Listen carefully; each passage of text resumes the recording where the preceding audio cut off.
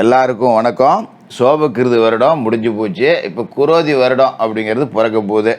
ஏற்கனவே குரோதி வருடத்துக்கு உண்டான ராசி பலன் எப்படி இருக்க போகுது, தமிழ் புத்தாண்டு அப்படிங்கிறத நம்ம போட்டிருக்கோம்.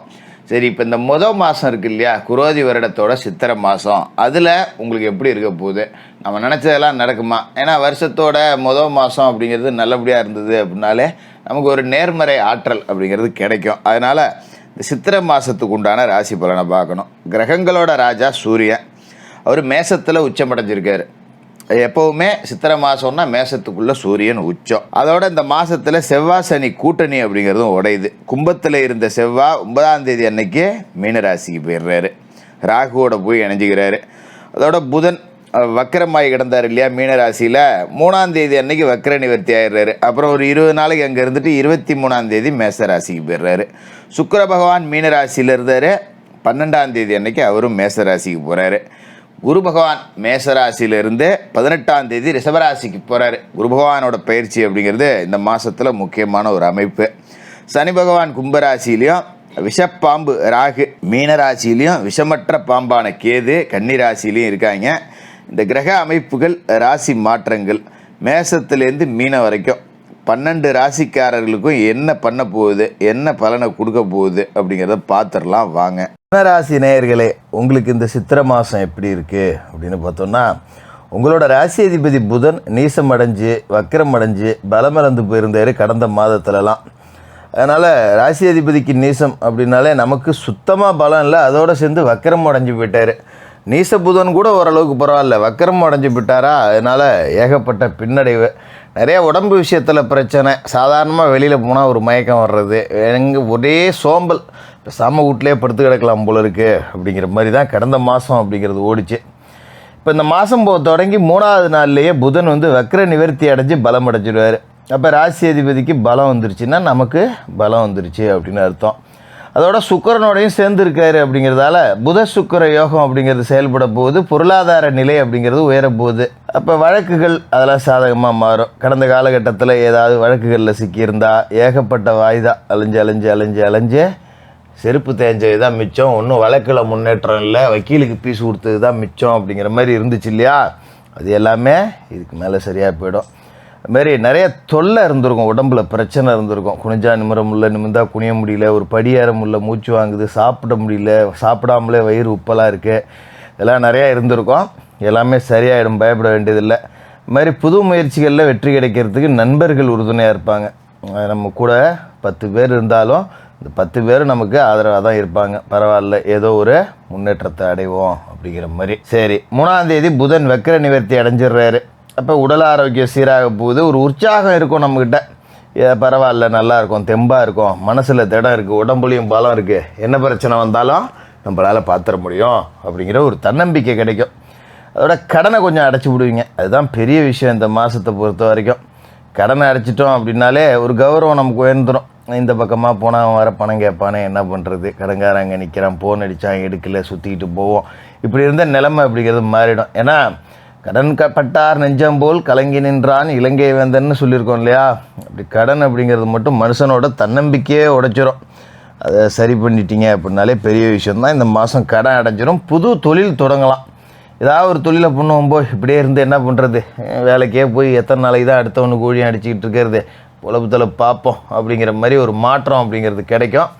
அதுவும் ஒரு நல்ல அமைப்பு அப்படிங்கிறது தான், பயப்பட வேண்டியதில்லை. அதுமாரி திடீர்னு புது நபர்களோட அறிமுகம் அப்படிங்கிறது கிடைக்கும். அவங்க மூலியமாக நிறைய நன்மைகள் அப்படிங்கிறதும் நடக்கும். நிறையா திடீர்னு ஒருத்தன் பழகிருப்பான், ஒரு யோசனை கொடுத்துருப்பான், ஒரு வண்டியில் பயணம் செஞ்சுட்டு இருப்பீங்க, பஸ்ஸில் போயிட்டு இருந்திருப்பீங்க, ட்ரெயினில் போயிட்டு இருந்திருப்பீங்க, அங்கே ஒருத்தர் அறிமுகமாவார். அப்படியே பேச்சு துணைக்கு பேசி பார்த்தா நம்ம தொழிலுக்கும் அவங்களுக்கும் ஏகப்பட்ட சம்மந்தம் இருக்கும். புது யுக்திகள் கொடுப்பாங்க, இல்லைங்க நீங்கள் பண்ணுறது தப்பு, இதை இப்படி மாற்றி செய்யணும், இதால் தான் 10 ரூபா நமக்கு கிடைக்கும், இப்படி பண்ணால் கிடைக்காது அப்படிங்கிற மாதிரி நமக்கு நல்ல யோசனை சொல்கிறதுக்கு திடீர் நண்பர்கள் கிடைப்பாங்க. அதுமாதிரி உத்தியோகத்துலேயும் பார்த்திங்கன்னா அதிகாரிகள் தேவையான சலுகைகளை நமக்கு கொடுப்பாங்க. இந்த காலகட்டத்தில் ஒரு விடுப்பு கேட்குறதா கேட்கலாம், ஒரு சம்பளத்தை கூட்டி கொடுங்க, உயர்த்தி கொடுங்க அப்படின்னு போய் ஒரு கோரிக்கையை முன்வைக்கலாம், இல்லை வேறு துறைக்கு மாற்றி கொடுங்க, இல்லை ஒரு வெளியூருக்கு ட்ரான்ஸ்ஃபர் கொடுங்க, நான் போகிறேன், இந்த மாதிரி கேட்டு வாங்கிக்கலாம். மேல்மட்ட அதிகாரிகளோட ஆதரவு அப்படிங்கிறது இந்த மாதத்தில் நல்லாயிருக்கும், அதை நம்ம பயன்படுத்திக்கணும். அதோட இந்த சனி செவ்வாய் சேர்க்கை அப்படிங்கிறது தான் நமக்கு ஏகப்பட்ட பிரச்சனையை கொடுத்தது. பாக்கியஸ்தானத்தில் இந்த பிரச்சனை இருக்கிறதால தந்தை வழி உறவுகள் கூட பாதிக்கப்பட்டிருக்கோம். கடைசி நேரத்தில் ஏதாவது உதவி செய்கிறேன்னு சொல்லிவிட்டு அவங்களே கை விரிச்சிடுவாங்க. உறவுலேயே பார்த்தீங்கன்னா ஒருத்தட்ட 10 ரூபா கேட்டிருந்தோன்னா இன்றைக்கி நாளைக்கு நாளான்னைக்குன்னு சொல்லிவிட்டு கடைசி நேரத்தில் இல்லைப்பா கிடைக்கல, நான் ஒரு இடத்துல கேட்டிருந்தேன், நான் என்ன பண்ணுறது, நானும் உனக்காக எங்கெங்கேயோ போய் நின்று ஒன்றும் அமையிலையப்பா அப்படின்னு கை விரிச்சிட்டு போயிடுவாங்க. அதனால் எந்த ஒரு முக்கியமான காரியமாக இருந்தாலும் வாரத்தில் ஒருத்தரையே நம்பி இருக்கிறத நம்ம தவிர்த்துடணும். இப்போ ஒரு 10 ரூபா ஒருத்தர்கிட்ட கேட்டிருக்கோம் அப்படின்னா இன்னும் 2 பேர்த்திட்ட கேட்டு வச்சுக்கிறது நல்லது. ஏன்னா ஒருத்தர் கை விரித்தாலும் இன்னொருத்தர் உதவி செய்கிறதுக்கான வாய்ப்பு இருக்குது. அப்படிங்கிறப்ப 2-3 தொடர்புகளை வச்சுக்கிங்க. சித்திரை 9ஆம் தேதி அன்னைக்கு தான் இந்த கூட்டணி உடையுது.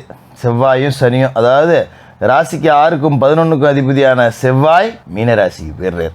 மீனத்துக்கு போகும்போது தொழில் வளர்ச்சி அப்படிங்கிறது நல்லாயிருக்கும். ஏன்னா தொழில்ஸ்தானம் இல்லையா, அவர் போய் ராகுவோடு அங்கே சேர்றாரு. அப்படிங்கும்போது அடுக்கடுக்கான தொழில் வாய்ப்புகள் வரும். புது புது ஒப்பந்தங்கள்லாம் கிடைக்கும். வெளிநாட்டு நிறுவனங்கள்லேருந்து ஒப்பந்தம் கிடைக்கிறதுக்கான சாத்தியம் இருக்குது.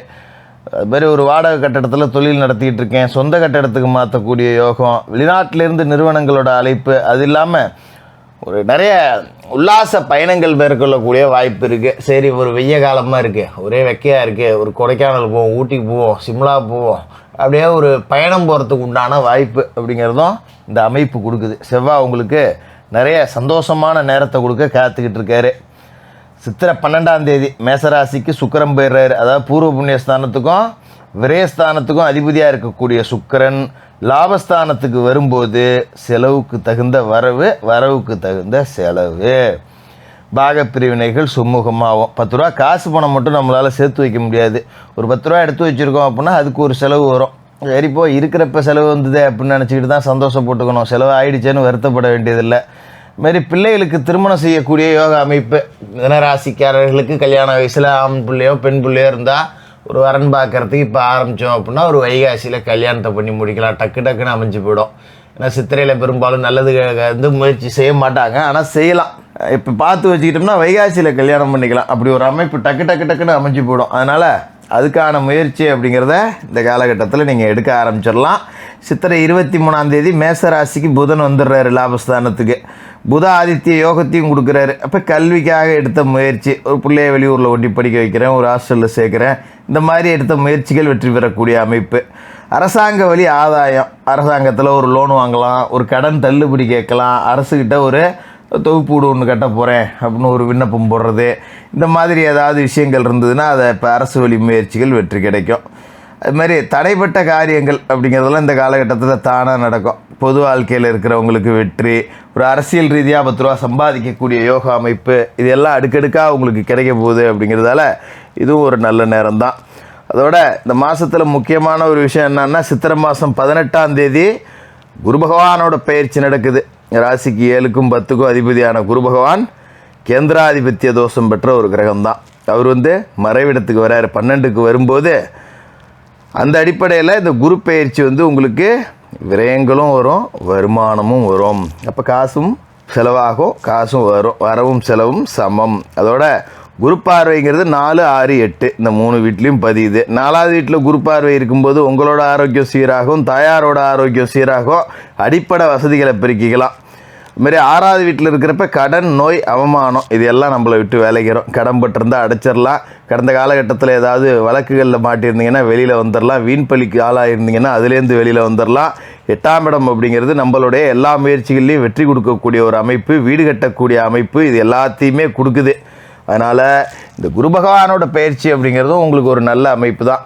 இப்போ இந்த வருடம் தொடங்குகிற அன்னைக்கு, அதாவது சித்திரை மாதம் 1ஆம் தேதி விடிய காலையில் எழுந்திரிச்சு குளித்து முழிவிட்டு உச்சம் பெற்று உட்காரக்கூடிய சூரிய பகவானை அந்த சூரிய உதயத்திலேயே தரிசனம் பண்ணிடணும். அது ரொம்ப முக்கியமான ஒன்று.